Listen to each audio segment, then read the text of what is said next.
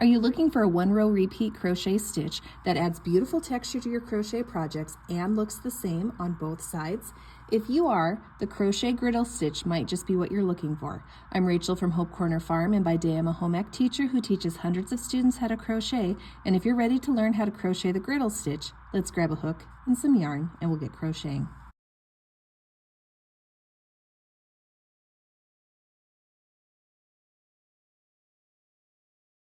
Before we get started, make sure you subscribe to my channel, hit the bell so you get notifications of when I post new videos, and don't forget to give me some feedback on this video. Give me a like or a comment, let me know what I did well or things that I could improve upon.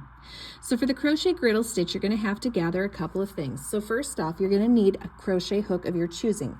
For today's tutorial, I'm using a size J 6.0 millimeter crochet hook. This is the Clover Soft Touch crochet hook. You're also going to need a yarn of your choosing. For this tutorial, I'm using a size 4 medium weight yarn here in this kind of teal color.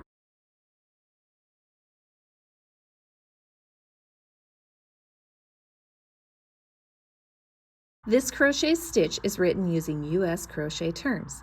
Now to start, we're going to begin by placing a slip knot onto our crochet hook, and this crochet stitch begins by chaining an odd number. Any odd number will do, but you need to know how to chain, and you're going to chain an odd number.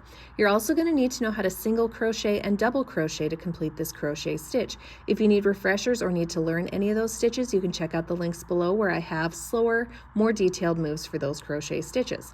So I've got my slip knot on the hook, and I'm going to begin by chaining 15.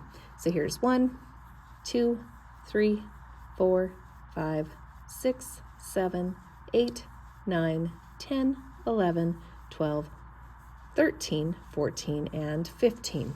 So that is my odd number. I have 15 chains. Now we're ready for row 1.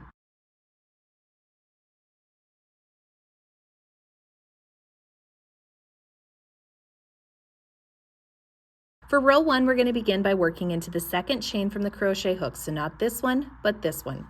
Into that second chain, we're going to place a single crochet stitch. In the next chain, we're going to place a double crochet stitch. Single crochet, then double crochet, and we're going to keep repeating that all the way across the row.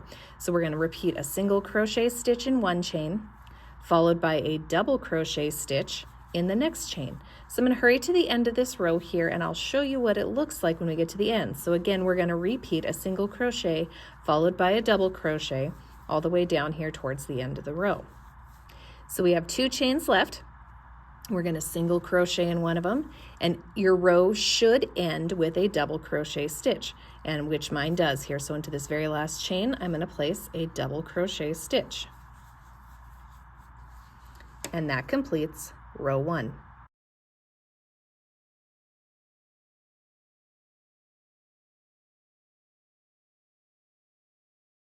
For row 2, we're going to start by chaining 1 and turning our work.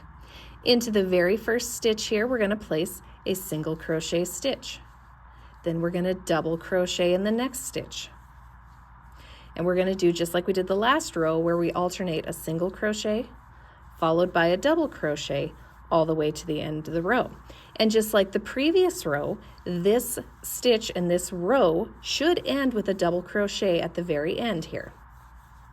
So single crochet, double crochet, single crochet, double crochet, yet again a single crochet, and then a double crochet.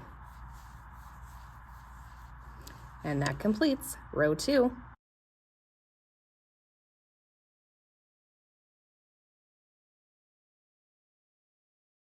Now for row 3 and any remaining rows of this project, we're just going to repeat row 2. So this now is a 1-row repeat crochet stitch, because quite literally from here to the end of the project, we're going to repeat row 2. So remember, we chain 1, we turn our work, we place a single crochet in the first stitch, and then we alternate with a double crochet.